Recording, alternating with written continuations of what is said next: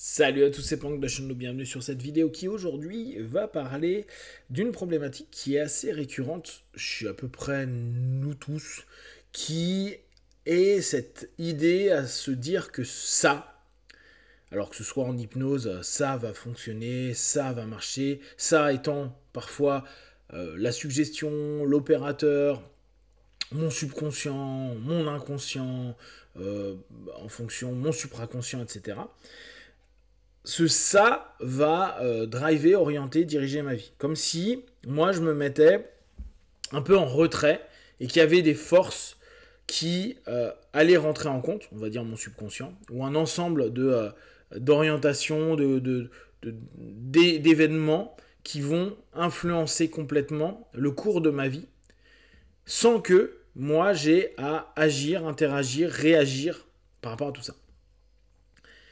C'est assez fréquent, autant chez des partenaires, des amis ou avec moi-même, d'avoir un dialogue, un discours, un échange qui dit c'est la vie, c'est comme ça. Ou encore plus facilement, c'est à cause des autres, le ça devient l'autre, devient l'inconnu, devient la personne qui vient de faire quelque chose, dire quelque chose. Ça peut être les politiques, ça peut être son voisin qui fait du bruit, ça peut être les enfants qui énervent, etc., etc. Il y a toujours cette notion où, à partir du moment où ces éléments deviennent un ça, une espèce d'agglomération d'éléments divers externes à nous, on lâche prise. Alors on pourrait se dire lâcher prise est quelque chose de positif, mais là, c'est plutôt comme une déresponsabilisation, une passivité par rapport aux événements, à la vie et ou aux personnes. Ce moment-là, il est quand même hyper intéressant parce qu'on se rend compte que c'est nous qui ne mettons pas assez d'énergie, qui n'orientons pas assez, qui n'intervenons pas assez par rapport, si on reprend une séance d'hypnose, à la séance, à dire mon subconscient a rejeté telle chose, telle suggestion, donc ça n'a pas marché, ça, session ou ça, suggestion. Alors que l'un des premiers éléments en hypnose, c'est la compliance. C'est tu vas mettre en action, psychiquement, en y pensant, en créant une imagerie mentale, la suggestion que je te propose. Quand je vais dire, tu t'imagines maintenant libérer de la cigarette,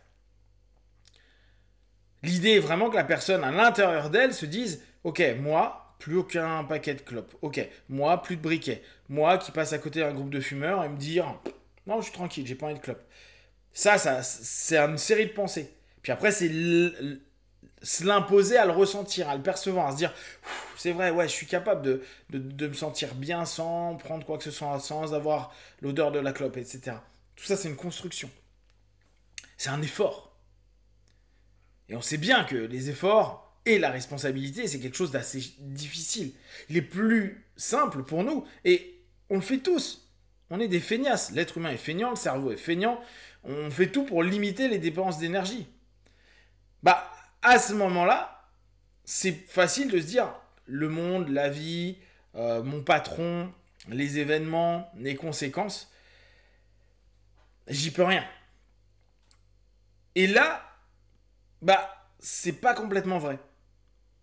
Dans le sens où la façon où nous-mêmes on va voir, interpréter, réagir, cogiter à, tout ce qu'on peut faire nous en interne, c'est notre responsabilité. On sait très bien la manière dont un événement arrive, il devient un ça, va dépendre pour nous de la façon dont on va le recevoir.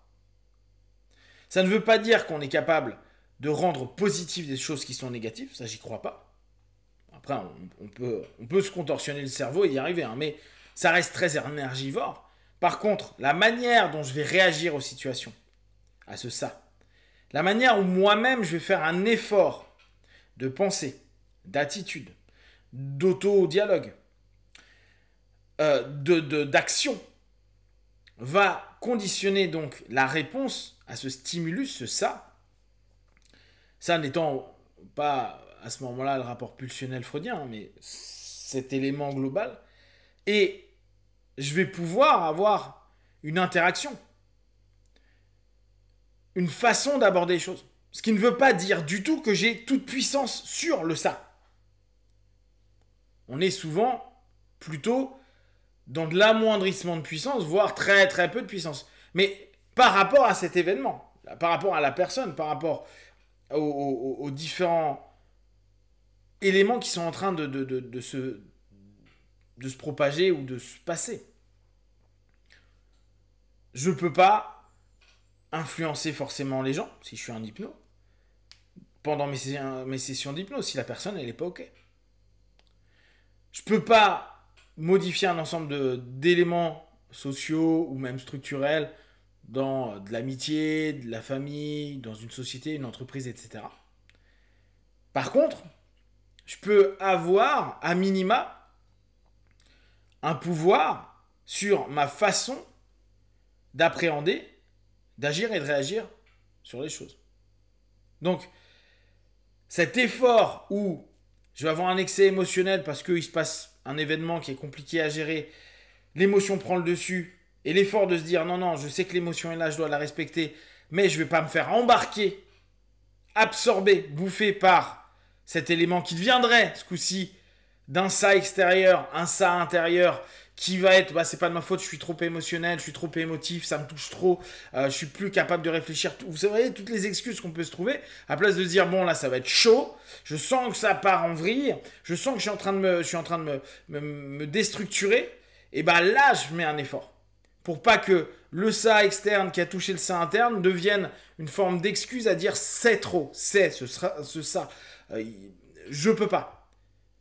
Reprendre un tout petit peu de force / de pouvoir, ce qui ne veut pas dire qu'on sera en puissance, hein, mais aller vers ce moment-là. Ce moment qui est un moment de bascule psycho-émotionnel et du rapport par rapport aux différents éléments.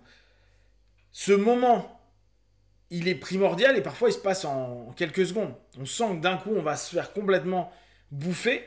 Et après, on va biaiser à dire oui, mais je pouvais rien faire parce que mes émotions m'ont pris, ou je suis parti sur un coup de la pression, etc.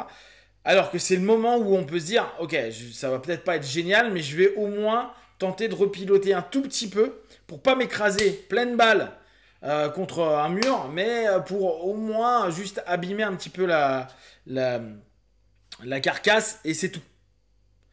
Et à ce moment-là, le je suis interne, le je fais, le je désire, je me mets en transe, je médite, je prends de la distance, je respire, je vais courir, je fais un geste, je fais quelque chose, j'avance en interne, me permet d'avoir au moins cette possibilité que la bascule soit pas complète, qui est au moins une force antagoniste pour recréer cette phase d'équilibre, ou en tout cas de minimiser le déséquilibre, mais dès lors, ce n'est plus ça qui est tout puissant, mais nous qui reprenons le centre avec des difficultés par rapport à ce ça.